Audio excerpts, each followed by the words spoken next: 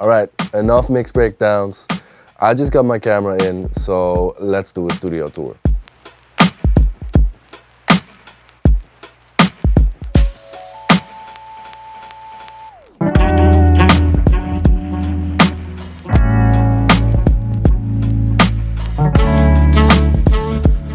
All right, this is the Liveroom. And one of my favorite things about the Liveroom is the back wall and the ceiling. This stuff is amazing. This used to be an old monastery floor.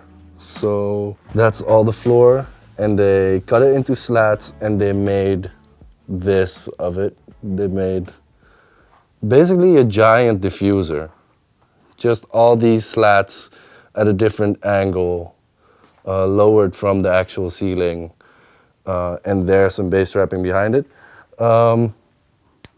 Basically functions as one big diffuser and makes the sound in the Liveroom really balanced, not too dead, and just, it's amazing to look at as well. I love it. All right, so this is the setup in the Liveroom. I wanted to set the Liveroom up a bit differently than a conventional Liveroom where there's only something happening when there's something happening in the control room. I wanted to make this 2 rooms that could be functional, independent of each other. So I made a setup here with some speakers. We've got Dynaudio Air 12s, a set, and then we've got an Avalon U5 for if you want to have that nice Avalon bass tone, or if you want to pair it with the Rhodes, because with the Rhodes it's an amazing DI. An Apollo Twin for now. That will be upgraded to an Apollo 16, probably. Because we've got this guy over here. This just came in last week, 2 weeks ago. And I really want to make this the center of this entire setup. So you can plug anything in. There's a loom over there that's connected to the mic inputs, so you can put that anywhere you want, put it on the drums, put some mics up, and record it through this desk. This is a Neve 51 series desk. It's a sidecart, so it actually was a way bigger desk, like 36 or maybe 48 channels with the center section and everything. And they chopped it up and made small sidecarts for it. So that's perfect for here, because you can just plug it in, dial in the gain, move the fader up, and that goes to your DAW, to the Apollo and then to your DAW. So that's amazing. It has EQ and some auxiliaries. It has a mic and a line preamp. It just doesn't have dynamics, but yeah, that will be fine. We'll be fine without dynamics. That's 12 channels of Neve. I'm very excited. I still have to really put this to the test. So yeah, I'll let you know how that goes. Then next to that, we've got a Rhodes Mark I. This is one of my favorites. As I said, with the Avalon U5 DI and the tone knob just set right to fit it in the mix. Love that combo. Or through one of the amps, of course. That can also work really, really, really well. We've got a Korg MS-20 Mini. Love that synth for bass stuff and if you just want to play around. We've got a Vox AC30, 2 cones in there. Yeah, I like that. We've got a Marshall JTM, which doesn't get used that much, I have to say. Not because it's bad, but because it's just a different tone than everyone seems to want to use here. So maybe we need to get some more rock guitarists in that really push this to its limits. We've got some fake plants because we really tried. We really, really tried to make real plants work. You can even see here on the Fender Bassman, there, I put my bonsai on there, and I tried to keep it alive for like 2 weeks, and it just died, and all it left was this stain. So we decided no more alive plants. I'm not a guitar player or a bass player or anything player. I'm really an engineer, so I can only tell from my experiences as someone who has recorded it that this thing is my favorite. And then we've got a Mark bass, of which I honestly don't even actually know the real name and number. Is it a JJE501? Someone in the comments help me out. I know this is ridiculous that I'm doing a studio tour and I don't know which bass amp I have in my studio. I usually track bass with DI, but if you need an amp, it's a cool amp. Then some small synths, the TB03 from Roland, the vocoder, which is really fun actually. I don't really use it for recording, but just to play around and get some ideas going, it's really cool. Then we got Korg Volcas, which are really nice small synths, the sample and the keys, love those. Got the Minilog from Korg. Yeah, great sounding thing as well. And then we've got the Micro Korg. The Micro Korg XL though. It's XL, but it's micro. Then, the moment we have all been waiting for. The mic locker. So, drawer number 1 is just a bunch of shock mounts and pop screens, converter cables, tuners, clips, things. Even a tweeter that we wanted to make into a microphone, which didn't work. And this thing is amazing. And it's amazing because you can hook up your MIDI through Ethernet. And it basically allows me to use these ports, the Ethernet ports over there, to run MIDI from here in the Liveroom to the control room and actually record MIDI on track in Pro Tools. So I love that thing for that. Let's go to the second drawer. This one's always annoying.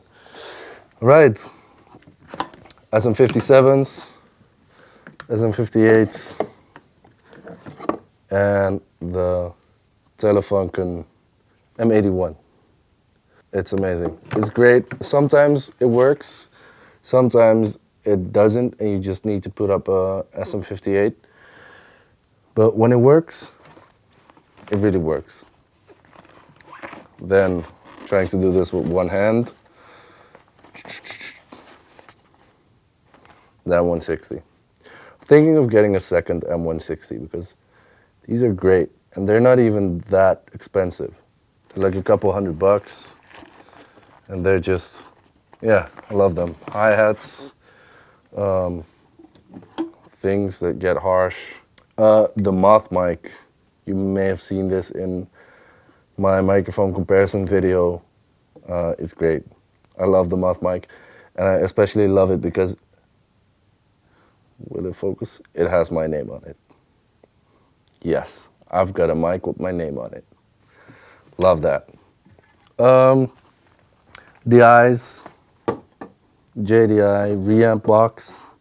So that's when I want to reamp something through the Mark bass or the Fender.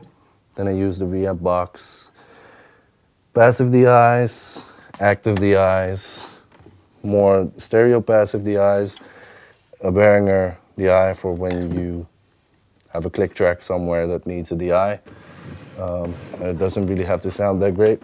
Then we've got condenser mics. So we've got 4 XLS C414s and 2 XL2 C414s.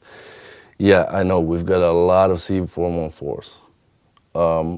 We used to do a talk show here, and I put up C414s on all of them because I just like how they work when you get a little bit further away, opposed to an SM7, which immediately starts sounding thin when you do that.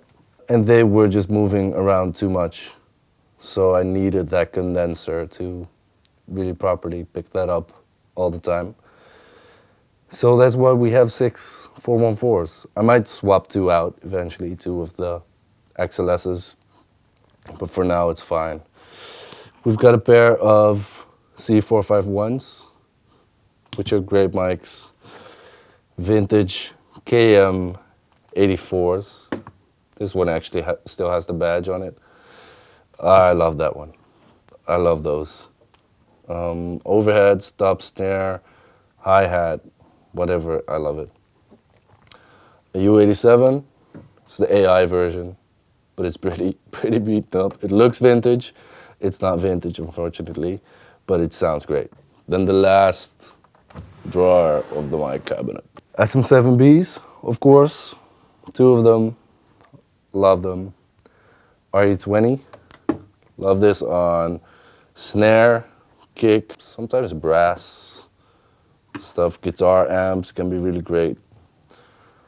Beta 52, standard kick in mic, love it.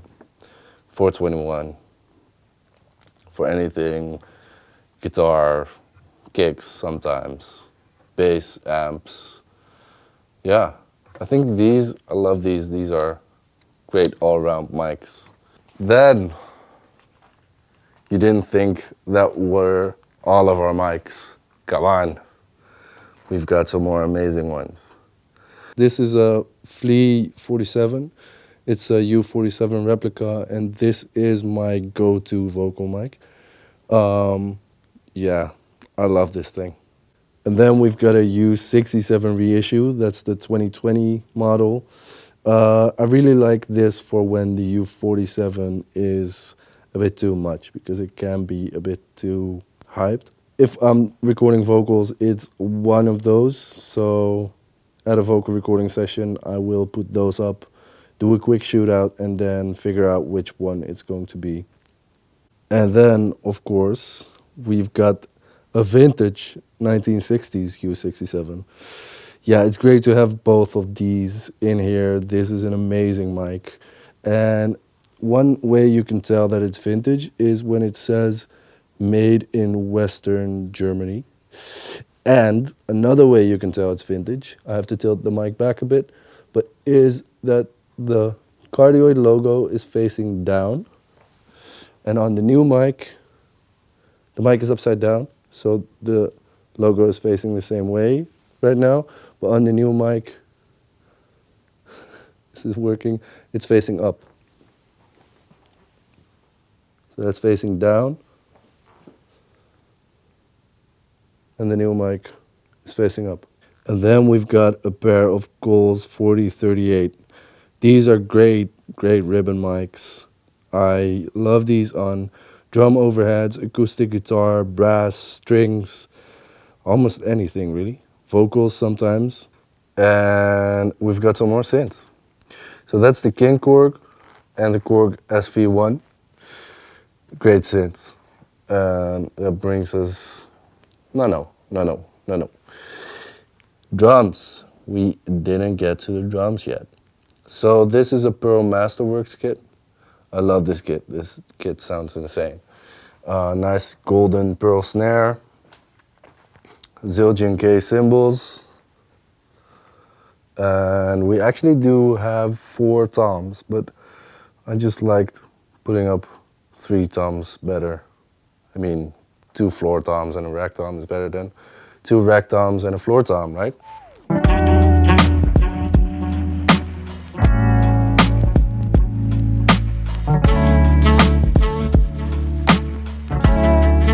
And then we've got the lounge. And that's a lounge, you could just use it to sit, but we also got a special feature in the lounge, which is that we've got 8 through lines here. So that means you can have 8 microphones here tied to the desk. So you could set up your guitar amps in here, or your singer, while the rest of the band plays in the live room, and then have a lot less spill than when they would be there in the live room. Then we'll get to the blacks later. We've got the machine room. It's a bit loud in here. That is the power supply for the SSL. Cables. And we've got this ATEM production station, which is actually what I will be using for the live streams later on. Mix breakdown live streams. Are we going to do mix breakdown live streams? Did I just say that? Red blacks, platinum, gold, double platinum. Come on. Of course we got those. And of course we got that one. The SSL.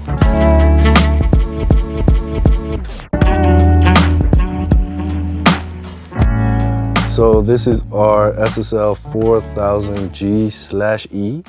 It's a bit of a Frankenstein. It lived in a studio in France somewhere in its early days as a 56 channel desk. So there used to be 2 more buckets over there, 16 more channels. And then they bought it to put it into the Red Bull Copenhagen studio, and they decided to chop it off because the room was too small for that size of a desk. So they made it a 40 channel, and they've put in the G series computer, which is the gray big keyboard, and motorized faders. So we've got motorized faders. Here are 8 VCA faders. When COVID hit, when the first pandemic hit and the first lockdown hit, I decided it was time to overhaul this desk. And I really wanted to make it 2020 because it got too awkward to put my keyboard and mouse on top of a plastic cover on the faders. And yeah, I just didn't like that way of working. So when we recapped it, I decided to cut it in half, take down 8 channels, so 1 bucket, and make it a bit wider so I could fit this rack in, which now houses my Portico, Rupert Neve Portico master bus processor. Why does this thing have such a long name? I can't even remember it, and I look at it every single day. Great piece of gear, manly massive passive, amazing tube EQ, and the CL1B. I love having this here so I can really dial in all the settings and really see what my compression is doing, so I'm not going overboard, instead of breaking my neck to watch the gear behind me. Then I also had them custom fit this Lexicon remote and this TC Electronics metering thing, which I really like, because now I can see the LUFs of everything I'm playing, and I see the frequency response and everything. I love having that there. And I've added an Crane Song Ever Set, which now controls all the monitors, and that allows me to just be plug and play through USB, and also not having to power up the desk all the time to be able to work. So I can just come in, plug a USB, and have all the monitors up and running. The monitors are, the near fields are the PMC TwoTwo6s. I really like those. I'm actually demoing the PMC 6s, so I might do a review of those. If you need me to do a review, comment down below if you want to see that. Avantone, mixcube, active. I just have the one. I used to have 2, but I like having 1. That's fine. Then the big guys, Dynaudio M4 Mini. There's nothing mini about these, but yeah, the actual M4 has 2 of the low-end drivers over there as well, so they wouldn't even fit in this wall. So I'm glad we've got the mini. They go loud enough. they go loud enough. Then the stuff you never get to see. I hope my camera fits, but everything there. That's the Ethernet stuff and the Behringer P16 monitoring system that we're using with all the, yeah, that's just all those cables are for that system to work. Then we've got two Apollo 16 Mark IIs, the black faces, going to a trash can Mac Pro. I think it's a 6-core 3.5 gigahertz. Then we've got the Lexicon 480L, the core unit. And then we've got the remote unit of the Avaset, the Grainsong Avaset, the monitor controller, and a hard disk, of course. And then the last rack here are the amps and the crossovers for the mains, for the M4 minis.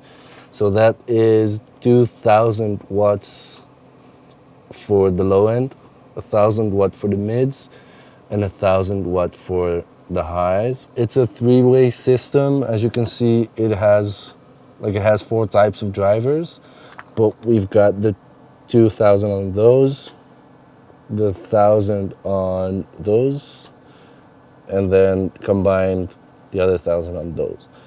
So that's 4,000 watts on that system. That's pretty nice. Then we've got the BSS 360 analog crossover. So that system is entirely analog. I want to keep it analog forever and ever and ever.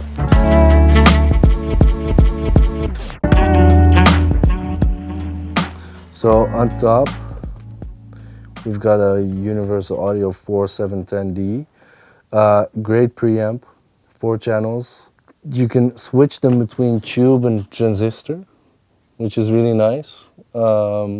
Actually, it's transistor that way, tube that way. I really like that because I really like this thing on synths. And with the transistor, they get a bit more upfront. You get a bit less saturation and more of the transients are poking through. And with the tube, the transients are a bit rolled off. You get more saturation. And synths tend to fall back a bit more.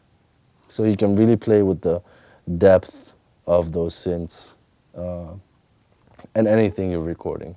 I love putting those up on trash mics as well, and then slamming them with the 1176 compressor circuit that's in there. That can get fun results.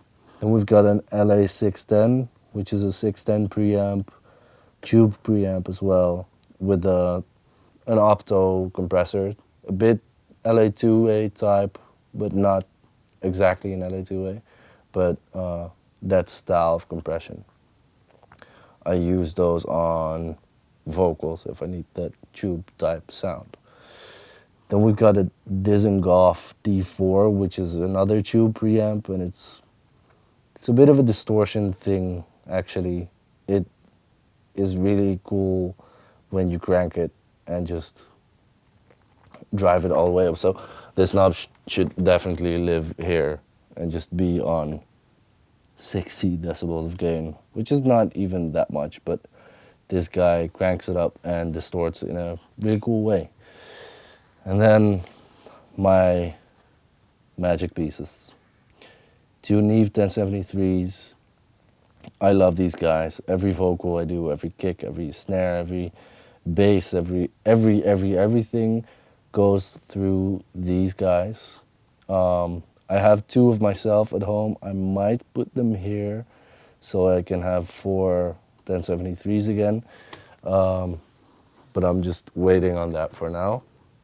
So maybe next time I'll have the rack with 4 1073s and 4 empty spaces, which will need to be filled up with more 1073s maybe.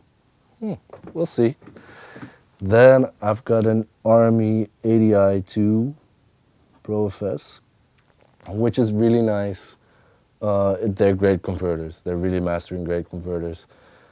And just really plug and play on both Mac and Windows. For if someone's sitting in the producer seat and they just want to plug something in, plug a mic in, plug the headphone in and just get going.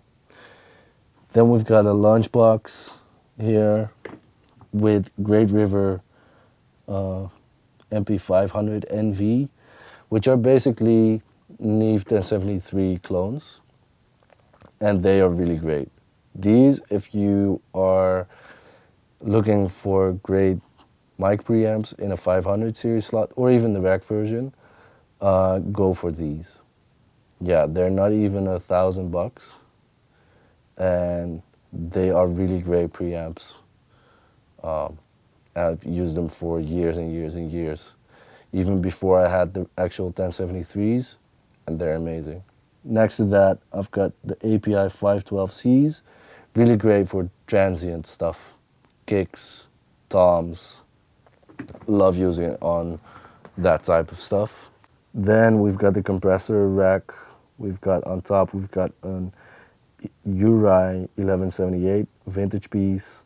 It's basically the dual mono version of the 1176. I really, really like that one.